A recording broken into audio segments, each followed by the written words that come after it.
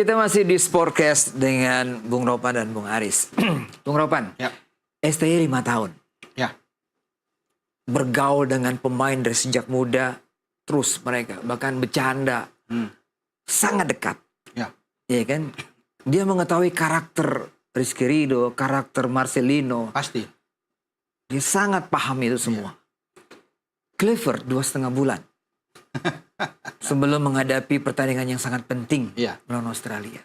Ya. Bung Ropan yakin dalam 2,5 bulan itu dia bisa memahami paling tidak pemain-pemain kunci dari Kalau untuk pemain-pemain dari Eropa, apalagi dari Belanda, Ya. mungkin dia akan cepat beradaptasi, bisa memahami Iya, itu dia. karakter mereka. Gampang. Karena kan kita punya 14 sampai 15 pemain Menurut.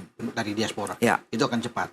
Makanya kedatangan dia besok malam itu Ya. kemudian akan dimanfaatkan setelah pertemuan dengan pers. Malamnya itu akan ada pertemuan dengan pemain-pemain timnas yang bermain di Liga 1, Boy. Itu penting buat dia untuk saling berkenalan. Ya, mengetahui siapa Witan Sulaiman, Ricky Kambuaya, Egy, Rizky Ridho, Hoki dan kawan-kawan. Sayuri bersaudara mungkin, Nadeo, Hernando Ari, mungkin itu yang dia ingin. Dia perlu untuk bisa melihat ini. Memang singkat kalau 2,5 bulan, jangan 2,5 bulan. Mau 3 bulan, 4 bulan itu termasuk singkat untuk seorang pelatih dia. Karena ini pertaruhan besar buat dia. Betul. Apalagi cuma 2,5. Tapi itu saya bilang tadi, STY itu membawa tim ini yang sudah bagus. Istilah masakan nih, sudah lesat nih masakan. Lu tinggal tambah bumbu apapun sedikit, ini tim sudah jadi. Bukan Ya. tim nggak jadi. Ini udah jadi. Ini bukan barang rongsokan Bukan barang yang di saya kasih dengan legacy dari STY. Iya. Makanya saya ulang-ulang, itu harus bersyukur. Makanya 2,5 bulan ini bisa dia dapatkan itu dan dia mungkin rajin nonton di Liga 1 main. Karena Dia harus sering ke stadion. ke stadion dia bisa melihat mungkin ada 1-2 pemain yang dia perlu tambah untuk di lini depan atau di tengah, ya. Siapa tahu Lili Pali yang terabaikan bisa masuk walaupun sudah berusia kan. Iya. Vano, Mark Klok, ada siapapun yang bisa, Sadil yang ada di Iya. Malaysia. Ya itu dia 2,5 bulan ini singkat sekali untuk seorang dia. Tapi kan saya bilang dia dibantu dengan dua orang asisten yang bagus dan mendapatkan pemain-pemain yang sudah jadi dari STY. Dia tinggal teruskan ini. Ya. Iya. Mungkin tinggal pola karena dia lebih menyerang, mungkin dia akan pola dengan 4-3-3, 4-2-3-1. Ya. Tentunya akan mengubah dengan apa yang selama ini kita tahu dengan STY bermain dengan 3-4-3. Oke Bung Ropan. Ya. Ke Bung Aris. Ya. Seberapa dulu Anda dekat dengan pelatih Anda? Dengan Ivan Kolev ataupun dengan Peter Witt? Komunikasi itu ada, one on one misalnya. Anda merasakan itu dulu? Kalau di zaman Kolev kita lebih dekat karena beliau juga sebelumnya kan menukangi Persija. Oh, Iya. kenal ya, udah kenal Iya. ya. Mudah buat dia. Saya sering juga sharing sama beliau kan. Di saat mau berlatih ataupun saat selesai berlatih, apalagi selesai bertanding. Dia lebih sebagai sosok motivator sih. Lebih sosok motivator, dia langsung kamu harus gini. Kamu jangan gini. Itu sering dia lakukan ke saya. One on one ya, artinya di luar Bahkan saya sering dipanggil ke kamar. dipanggil ke kamarnya. Mungkin itu juga yang Itu yang dilakukan PK oleh STY. Iya. Ya. Ya istilahnya begitu dan PK juga akan melakukan seperti yang ini sebagai motivator, penyemangat tim di dalam ini. Bagaimana menyejukkan ruang ganti buat itu. Karena kalau untuk taktikal semua itu ada di Alex Pastur yang akan melakukan itu. Taktikal apa permainan kemudian didampingi oleh Dani Lansat karena asisten Iya. Dani Lansat juga bagus. Nah, dia penting kan Dani Lansat ini kan bisa berbahasa Indonesia dari Ambon, Boy. Oh iya. Iya, bisa berbahasa. Iya, Itu iya, kata PK bilang ini kita mengundang karena dia secara culture, ya budaya Iya. itu dia dapat dengan Dani Lansat ini. Jadi enak. Akan cepat Dani Lansat itu akan cepat beradaptasi dengan pemain-pemain kita. Karena dia mengerti bahasa Indonesia. Berarti kesimpulannya PK nggak boleh pulang ke Belanda selama 2,5 bulan itu. Oh iya, dia harus Iya, harus fokus. Dia harus ada stay banyak di pendekatan. di sini. Iya, Ya kan? betul. Ya mungkin komunikasi kan via Zoom dengan pemain-pemain yang ada di Eropa. Gitu kan? Kerja keras. Iya, Bung, saya mau tanya. Seberapa besarkah seorang pemain, misalnya dia seorang kapten atau seorang pemain senior, memberikan masukan kepada pelatih di rapat, di meeting, terkait dengan strategi? Apakah itu lazim, diperbolehkan dan sangat penting, atau memang no, ini adalah keputusan saya seorang pelatih? Kalau yang saya alami sebagai kapten, Sebagai kapten ya? iya, kita sebagai penyambung lidah gitu. Apa yang menjadi problem teman-teman, ya, apa yang menjadi pemikiran teman-teman, kita sebagai penyambung lidah kepada pelatih gitu loh. Apa yang kita mau, Iya. bukan apa ya, bukan sesuatu yang mengkudeta pelatih ya, tapi sebagai hanya sebuah masukan gitu loh. Apakah nggak gini coach yang bagus gitu loh. Coba digini coach gitu. Jadi nggak harus gini gitu nggak, tapi memberi pilihan kepada pelatih untuk coba dengan ini loh yang dimau dengan teman-teman gitu loh. Terkait strategi ya? Iya. Terkait strategi akan bertanding besok melawan Iya. tim yang mungkin berat lah, atau yang Iya. kuat gitu. Ya mungkin dengan pertandingan kemarin kita agak kikuk dengan sistem yang A itu kan. Iya. Kita harus coba yang B gitu loh. Iya. Ya itu contohnya seperti itu sih.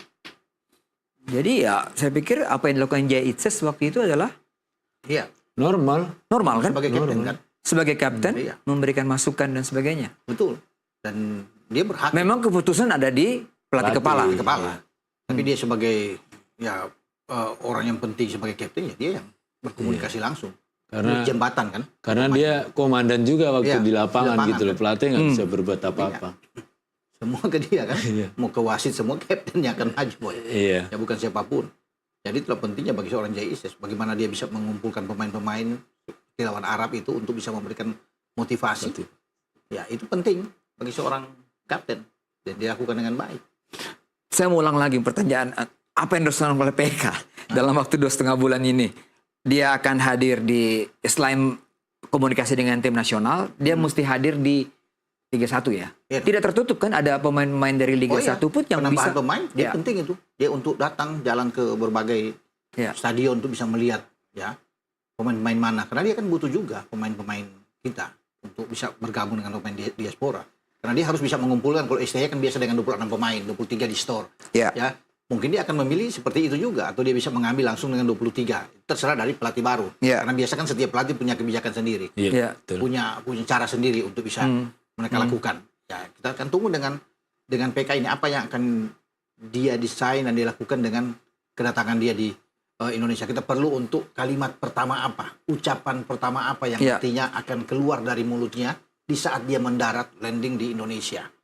Apa yang akan dia bicarakan? Karena itu akan diberikan kesempatan kepada semua pers untuk bisa bertanya. Ya. Kenapa Anda bisa ikut ketika ditawarkan jadi pelatih? Apakah Anda yakin untuk bisa membawa Indonesia yang seperti Boy bilang 2,5 bulan ke depan? Ini Australia sama Bahrain tidak mudah. Ya. Ya. Bung, kita perlu menang kan? Sebanyak-banyaknya dari 4 sisa itu. Oh iya dong. Berarti kan ini attack, ya kan? Selama ini kita punya defense yang cukup solid lah ya. Cukup solid ya. Cukup solid lah. Anda sebagai pemain belakang melihat hal itu. Nah, di benak Bu Haris, attacking kita ini dengan materi pemain yang sudah ada, saya nggak tahu ya, apalagi nanti ada pemain baru, pastinya dari Ole juga pemain baru. Anda melihatnya seperti apa? Dengan pola yang berubah. Ya, ini kita kami pola 3-4-3 misalnya yang biasa dilakukan oleh STY, tiba-tiba berubah tadi 4-3-3 atau 4-2-3-1. Ya, dengan sistem yang baru mungkin akan adaptasi baru juga gitu. Ya, Pasti Kluivert juga memilih pemain-pemain yang sesuai dengan formasinya. Ya, pasti. Kalau Ya. untuk yang tersedia sekarang mungkin ya lebih banyak ke apa yang dimau oleh STY gitu loh.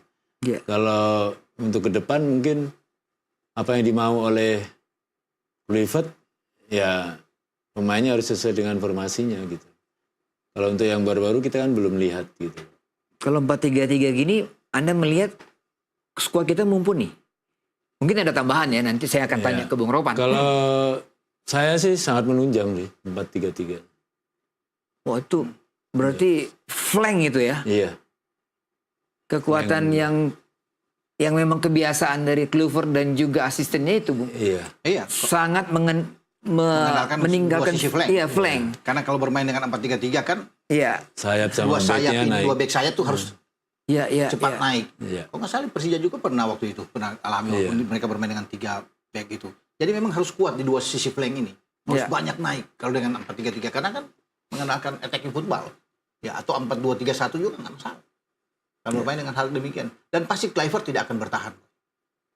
Dia akan bermain dengan pola menyerang. Pertanyaan lagi nih, Bung. Seorang pelatih memilih pemain sebagai starting line up. Iya. Pasti punya dasar di mana menit bermain dari pemain itu kan. Iya. Di klub masing-masing ada data semuanya. Iya. Kalau kita melihat apa yang terjadi di beberapa pemain kita misalnya, Jason Hapner Jarang main.